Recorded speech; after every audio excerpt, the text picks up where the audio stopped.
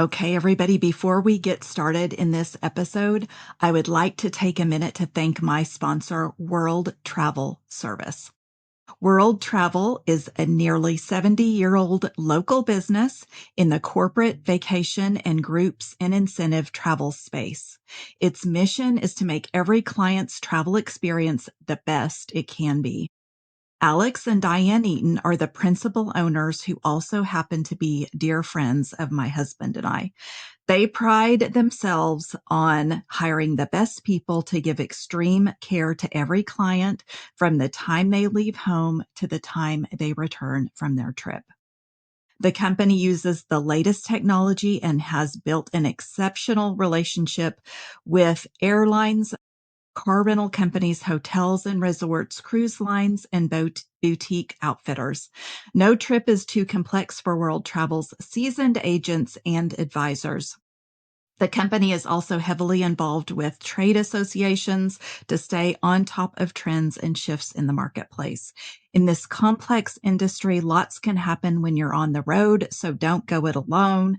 World Travel will have your back by offering premium service to help you avoid standing in long lines, remaining on hold for hours at a clip, and being stuck somewhere without a personal touch to make the occasional but inevitable delay much easier to manage.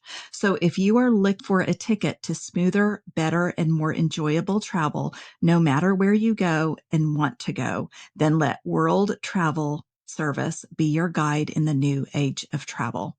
You can reach out to them today at worldtraveltoday.com and let them know you heard from them on the Sharing Passion and Purpose podcast. And now on to the episode. Hi, everybody. Welcome to the Sharing Passion and Purpose podcast. My name is Nancy Moore, and I am the host of this weekly podcast that provides career and creative inspiration to help you build a passionate and purpose-filled life. You'll hear from guests that will help you tap into your creative potential, pursue a career with passion, and build on your biggest and best resource, yourself. I'm excited to have you join this conversation. I'm so happy you're here. Let's get started. Hi, everybody. Welcome back to the Sharing Passion and Purpose podcast. I'm Nancy Moore, the host of this podcast. And today I have somebody absolutely incredible with me. I'm thrilled that she's here. Her name is Macy Snyder-Amatucci. I hope I'm saying that right. Yes. And she is a mother of three, an entrepreneur, and really one of Tulsa's most influential leaders. And you're going to hear more about that. And she is doing more than just building beautiful spaces. She's building a life rooted in purpose and passion and leads by example. And she is the president of Brickhugger and also Beautiful Hospitality. And she is known for transforming historic properties like the Mayo Hotel, which is so iconic in Tulsa, known worldwide, and really brings a new energy to Tulsa, to the city that we love. And so I am thrilled to welcome her, to have her on the podcast today. She also has an article in Tulsa Kids Magazine. She is the mother of three, if I didn't mention that, but I'm thrilled to have her. Welcome, Macy. Thank you. Thank you, Nancy. I appreciate you having me, and I look forward to talking with you. Good. I am so glad. We have wanted to do this for a while, and you have a lot of just really cool things going on. And so I can't wait to talk to you more about that. But I know that there are so many people who are interested in just the process, like the journey. How did you get to where you are? So if you could just kind of share a little kind of a overview of what brought you to where you are today. Well, definitely, I have a passion for architecture. Growing up, my dad was in the construction business. He worked for Manhattan Construction Company out of college. And so I was obviously around this industry to some extent. And I always had a passion for architecture. I have an uncle that's an amazing architect. He designed the BOK Center with Caesar Pelli. And he's actually not based out of Tulsa. But I grew up around this and I always had a passion for it. My dad got me a drafting table when I was probably in high school, and I used to draw floor plans of, my what my house would look like or my friends' houses. And so I definitely had a passion for it. When I went to University of Oklahoma, I decided to pursue a career in business marketing instead of architecture. And I am lucky that today I get to be in architecture and what I do every day and design, but all historic renovations. Yeah. And that's one of the things that I think is so cool, the brick hugger part of it, because so many people, and I know you're going to probably be able to attest to this, it's cheaper to bulldoze an older home and just build new instead of renovating and restoring and, breathing new life into things. And so you have such an appreciation for it. You probably, have looked at the numbers, and it's been hard at times, but what is it about the restoration? Because there's, I mentioned the iconic Mayo. You're working on the Price Tower, which we should probably talk about a little bit. You have a really cool place in Pawhuska, Oklahoma. So what is it about, these properties and doing the restoration why is that so important to you? Well, so our company is called Brickhugger, and my Mhm. parents and I started that when we bought the Mayo Hotel, which is where our business really began. Most people start with small projects and move to big ones, but we started with one of the biggest projects anybody could ever do, and that was the Mayo Hotel. And so, we obviously have a passion for architecture and design. And my grandfather bought and sold and traded memorabilia from World War II. So I was grew up very, in touch with history and having an appreciation for it, which I think a lot of young people don't grow up around that. And then my dad inherited that same passion from his dad. And so I think just with our experience in construction, our passion for design and architecture, and then also our appreciation for history, all those things together just make sense for what we do. And it's awesome that every day we get to do something we're passionate about. And yes, it's like Nancy said, it's sometimes more expensive, and it is. And so you have to have a passion for what you're doing. It's also not easy work what we do. Mhm. And us, unlike so many people, we find the property, and it's typically a property that no one else wants, which is why we get a really good deal for it. Many of our properties we have purchased for $1. The Mayo was one of them. And so, but there are projects where at that time when we're purchasing them, even if it is for $1 or 1.4 million in the, with Price Tower, they're still not always seen as a good investment. And most of the time they're not seen as a good investment at all. But we have a passion for it. We have a vision for it. And so we set out with a vision of what we want to do with that project and how we're going to make it successful, not so we can turn around and sell it, not so that we can own it and have a management company manage it. We do everything. So we purchase it, we do the construction, we do the design, we operate it, we plan to hold it and keep it for years to come. So we are literally doing this from start to finish with property management, residential communities, hospitality, food and beverage, Mhm. design, and museums. And Price Tower is going to be where we are really, really expanding the museum side of our business. So I'm very excited about that. And hopefully that kind of explains the path about what we do Mhm. and why these projects are so important to us. But I think ultimately what makes it the most exciting is that lucky enough, the first project we did was the Mayo, and it was the hardest one still today that we did, and it's the hardest one to operate every day. And this place is a beast. And so I think starting with that makes everything else along the road easier, which a lot of people, it's like I said, the other way around. But, with the Mayo, I was able to see how one historic renovation, one vision, and passion changed the trajectory of all of Tulsa. It And did. and I know there's other people that were part of that, but I believe that the Mayo was such a huge impact on that. And Tulsa's success and the growth you see today, it started with a historic renovation of the Mayo Hotel. And I just think it's so exciting to see that. And I'm excited to see what that's going to do for Bartlesville with Price Tower. And you can see what it's done in Pawhuska with Frontier Hotel, along with other visionaries that, are doing projects also. So it's never takes just one person, but it definitely changes everything. And an economic impact that historic preservation has on a community is huge. Hmm. Hmm. And you're right about the impact that it's made, because it is literally just changed not changed, but enhanced the landscape of Tulsa. Not having the Mayo, I can't even imagine, because now it's where people go to get married. It's the fancy dinner. It's the fun coffee. I've been on girls' nights where we went, and stayed there. And there's just so many cool things that bring Tulsa in, that draw people there.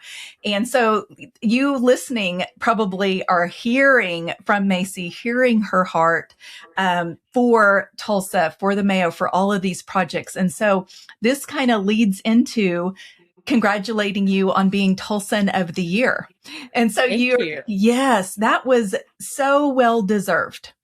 Thank you. And yes, yes. And I was so excited when I saw that, when I was able to read that. And I knew that, that is something that, because you are doing something that is going to last for hundreds of years to come, in Tulsa and beyond. I think it's amazing. But I Thank wanted you to speak a little bit on being selected for that, because that is a very high honor for, people here in the Tulsa area. Yes, it's definitely a big honor. And I really appreciate it. I'm grateful for it. And, I just, receiving that um, award made me just realize how important what we do is for any community. But it's nice to feel appreciated, because it is a lot of work, and we work really hard, and we have passion, and we care about everybody's experience in any, whether it's, one of our apartment buildings like the historic YMCA, which is 80 apartments in downtown Tulsa that we restored and operate, or, it's the Mayo or Pawhuska or whatever it is. We care. We're local, and I cannot even tell you how much we care.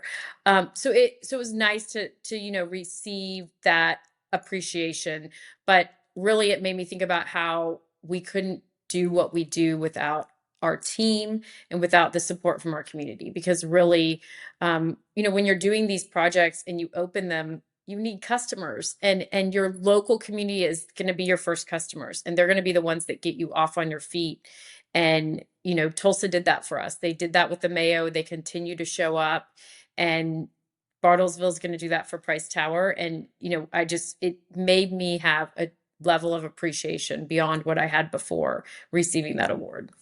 Oh, yeah, very cool.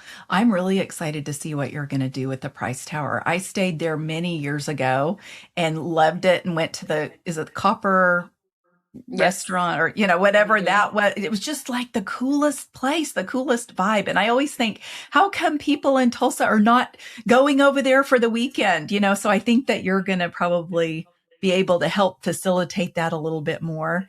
Well, yes, and I had a conversation with some people at the Tulsa Ballet Gala, and I was telling them how Price Tower, Bartlesville has so much to offer, Tulsa, Osage County, and just how within our own state we have a lot to offer that people are still not aware of. And I know during COVID, it really helped local tourism, and people were experiencing Oklahoma more. But I think that we're getting acknowledged recognition outside, with the Wall Street Journal article that just came out. So I think it's happening. It's happening for Tulsa, and it's happening for Oklahoma in general. But I believe that the Osage County area has so much to offer. It's beautiful. We have lakes, we have bike trails, we have hiking. I mean, there's museums and just so much to offer.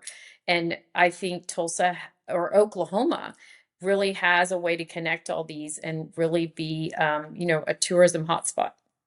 So I want to talk real quick about the Frontier Hotel in Pawhuska, because I have just been over there to eat at the Merc, and I, went in, and it is super cool. The shape of the building, the location of the building. So what drew you to that project? Well, that one it was a good deal. $1? Yeah. No one else Yeah. wanted it. Okay. But it's a beautiful building.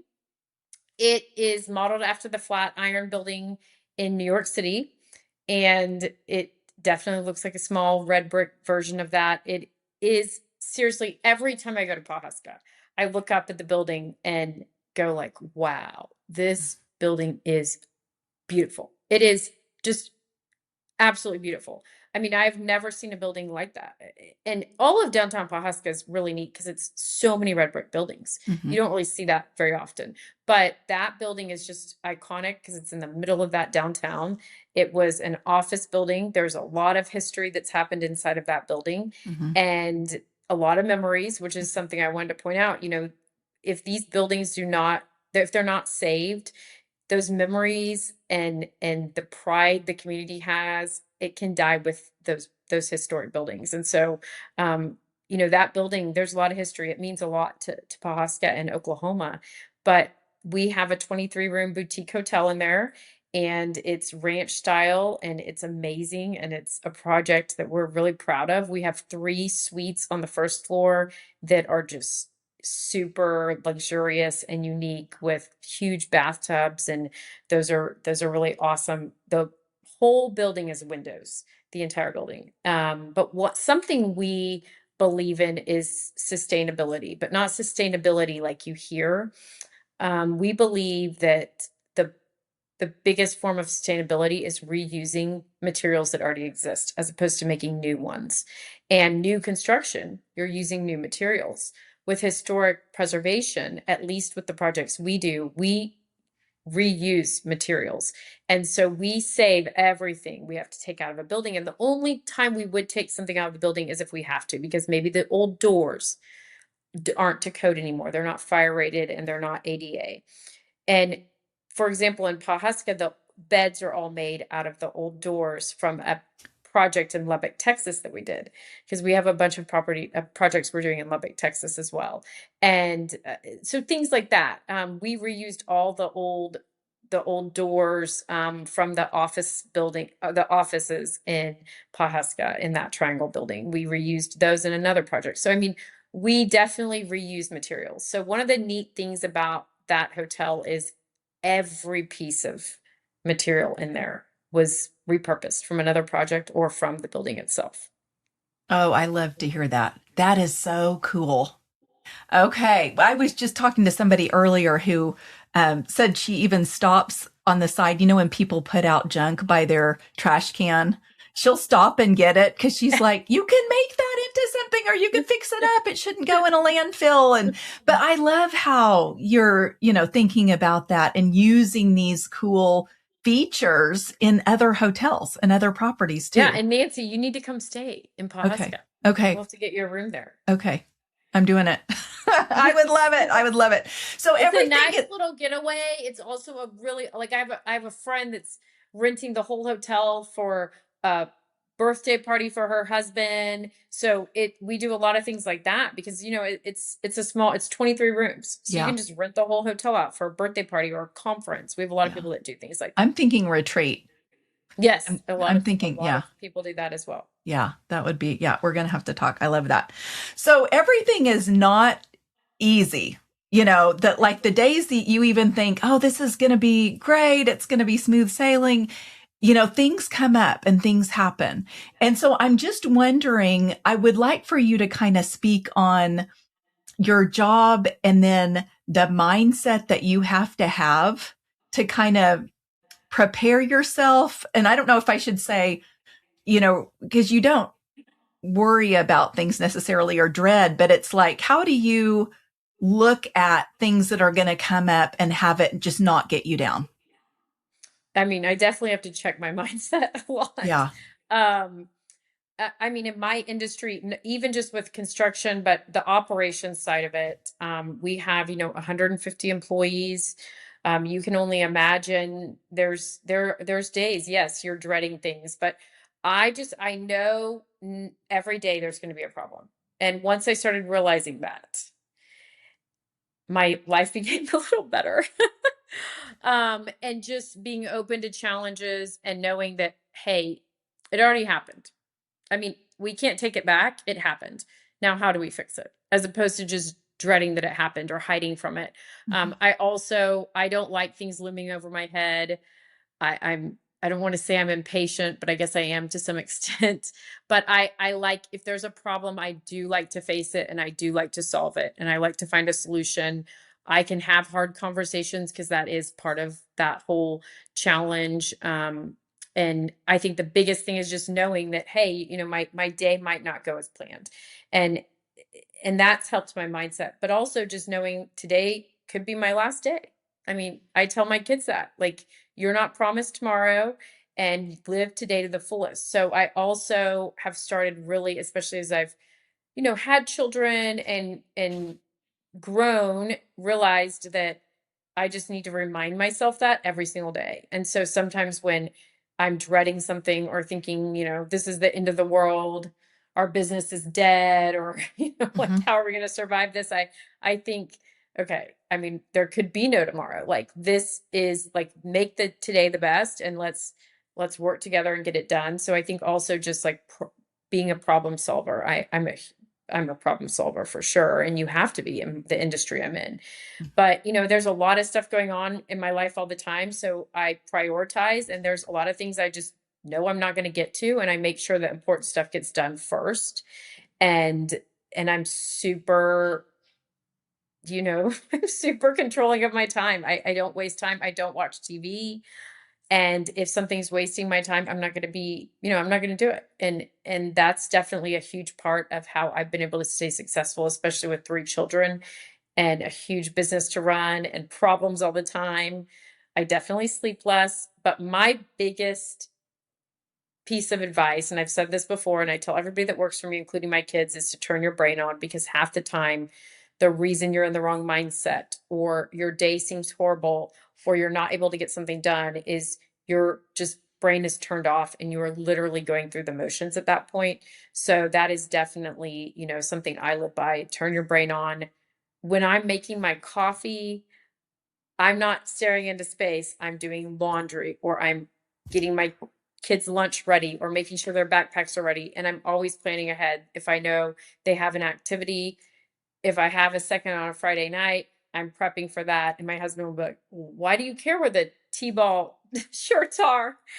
That game's not till 2 on Saturday." And I'm like, "Well, you never know what's going to happen in the morning." So that's kind of how I live my life. And I think that's been able to make me successful. And also just staying healthy. Like, it's very important, to do my yoga and get up early before everybody else and start tackling my day.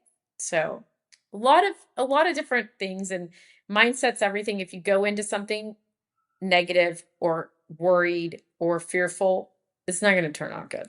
Mhm. And so just go into it saying, this could be my last day. I'm going to make the best of this. I'm going to make this happen. It goes a long way. Yeah. You gave so many good tips. So I hope people take notes on Well, that. I sweetie. love it.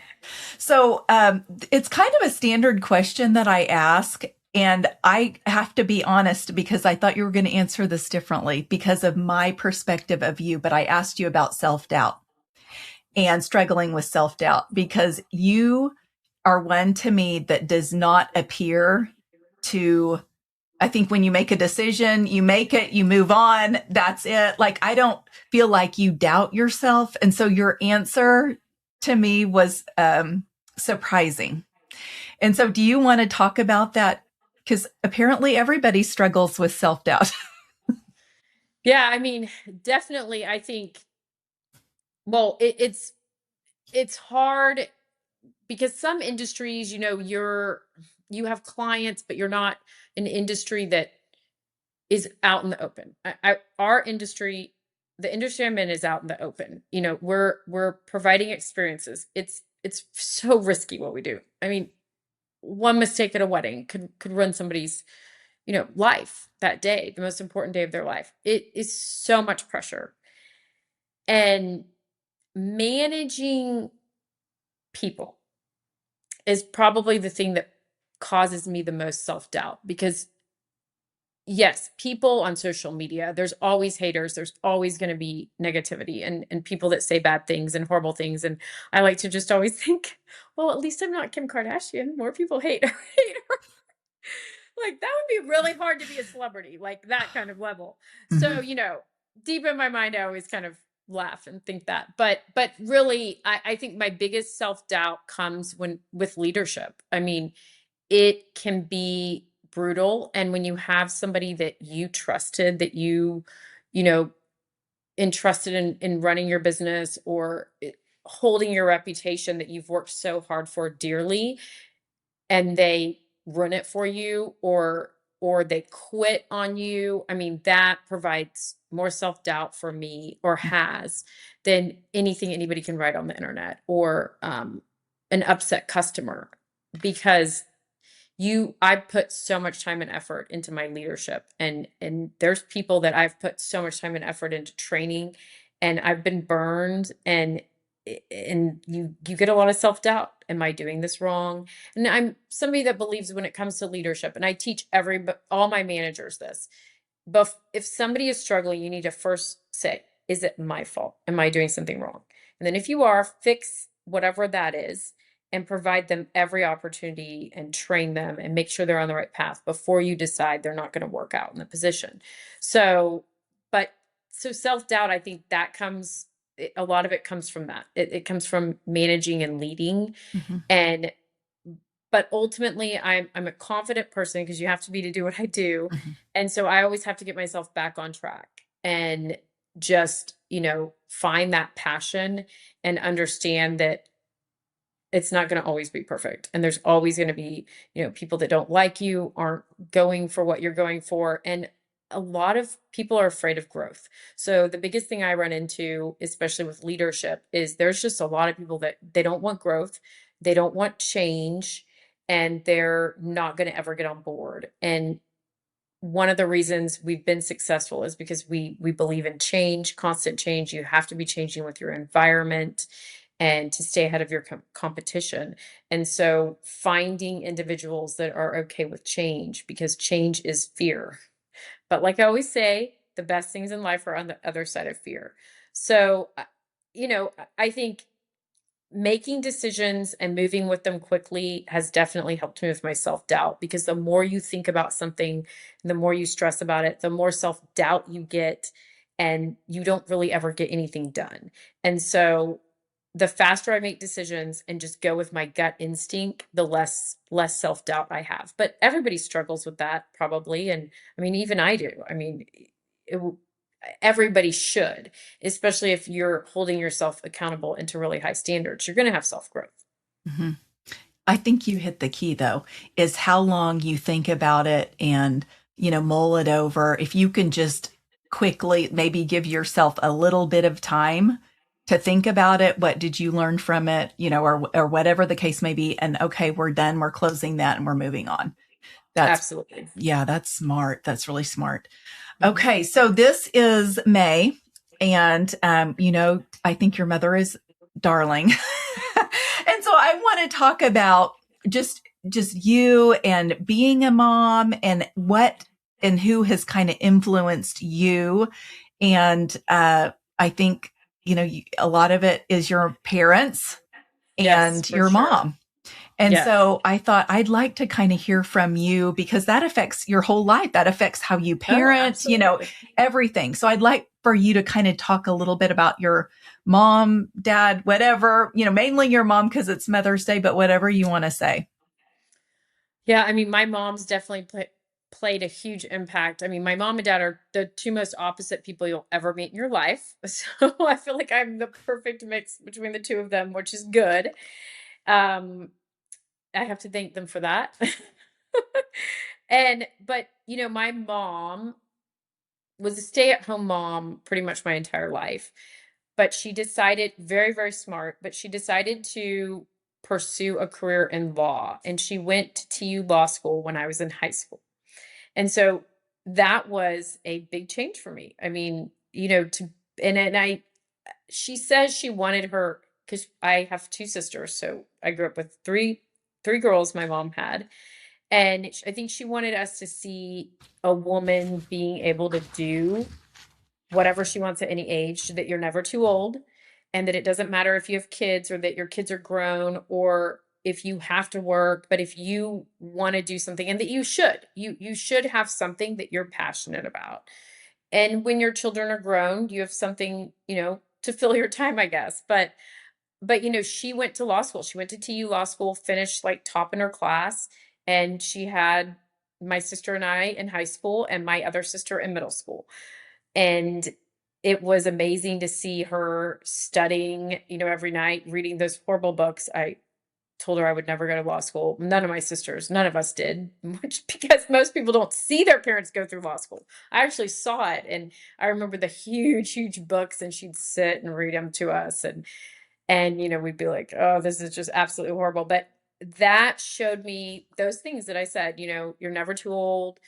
Just because you're a woman, you're married, you have children, but you can still do what you want. You can still pursue something. And then she went on to work in law and have a law career for a while until she went to, help us with legal aspects of our business when we started, working together as a family. But my mom also never really allowed us to conform. So just because something was cool, she did not sign us up for it. She was not about that. And my parents were very, very strict. And my sisters and I pushed back, especially, me being the oldest. And then my sister that was 17, much younger than me, we, we gave them a run for their money. That's for sure. We definitely learned to have confidence by yourself, and that you don't need a ton of people around to be happy. And and friends are important, family's important, but at the end of the day, it's you have to find happiness within yourself. And I believe my mom taught us that, because it wasn't she tried to avoid the FOMO, the fear of missing out. Like, so what? Like, it's not gonna matter. You're literally not gonna care about this in a year from now or 6 months from now. And if they don't like you because you're not gonna go to this party, then, maybe you don't need them as a friend. And that's just kind of how I grew up, and that's what she taught me. And it's a very different way than a lot of people are raised. And a lot of my friends weren't raised that way. So it made it hard, but at the end of the day, it's made me who I am today. And I can't thank her enough. And, she's a selfless person. So I do think also she has taught us to be selfless. Like, I didn't grow up with a mom that was, you know, out doing things for herself all the time. And that taught me, especially being a mother and a leader, to be selfless. Like, I really do. I think about other people, and I'm not that high maintenance. And she wasn't high maintenance at all growing up, and she still isn't. So, she would drop anything for anybody in her family. And I think that's an amazing thing to see as well. So I'm so lucky, that she's my mom. So, Yeah. She's awesome.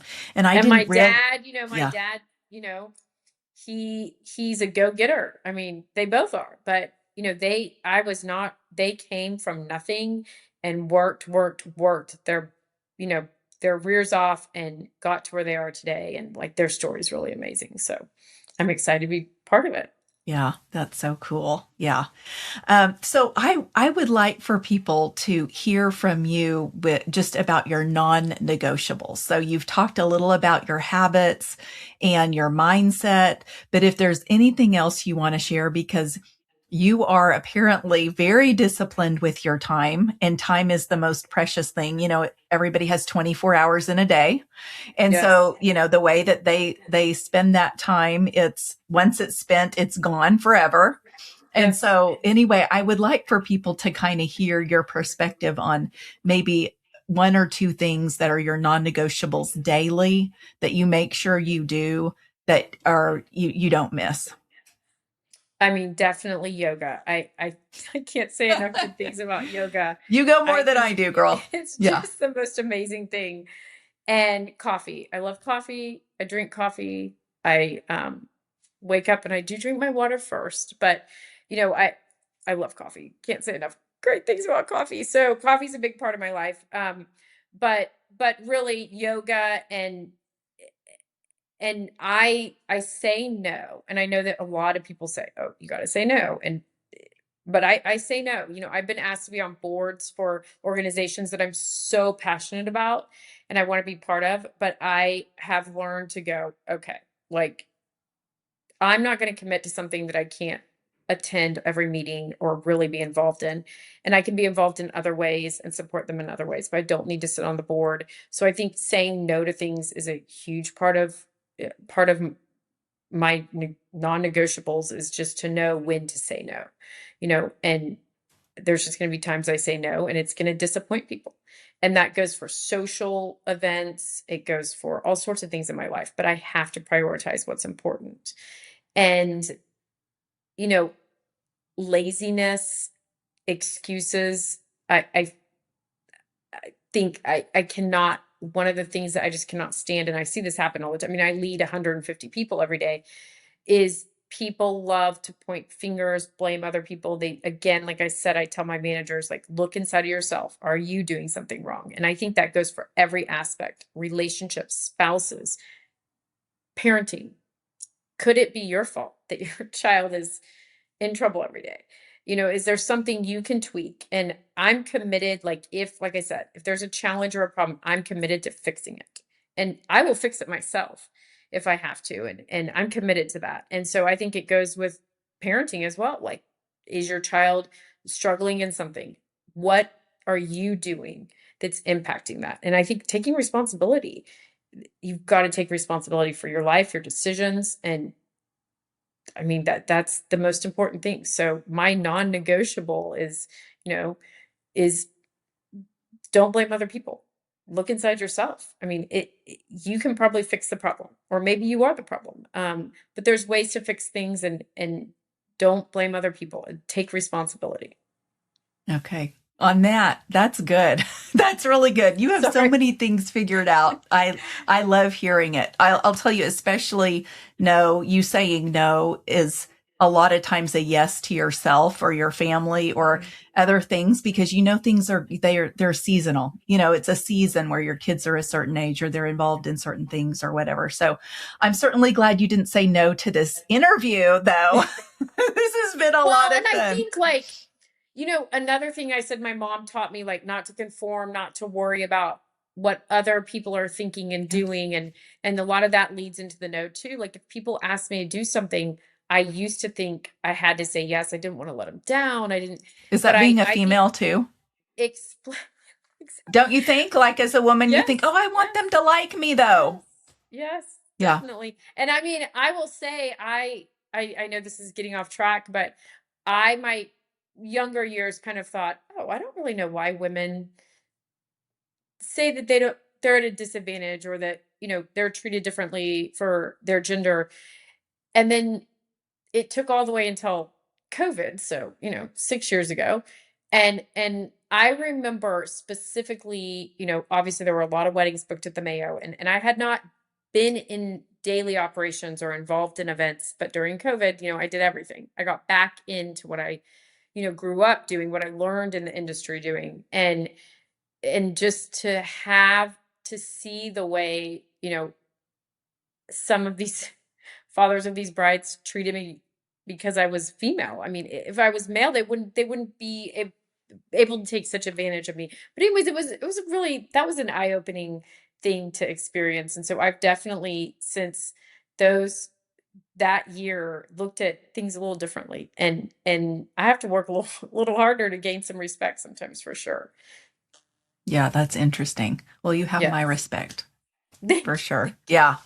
So, well, thank you so much for talking to me today. I could talk to you a lot longer, and I'll probably have to have you back. Definitely. You are awesome. This has been a great conversation. Well, and definitely time to talk more about Price Tower, because it's going to be such a cool project. Leading up to it, just following the story, but then what it's going to be when it's done is going to be really amazing, and something that Oklahoma can be proud of. Yeah. Oh, I love that. I think that's amazing. Good.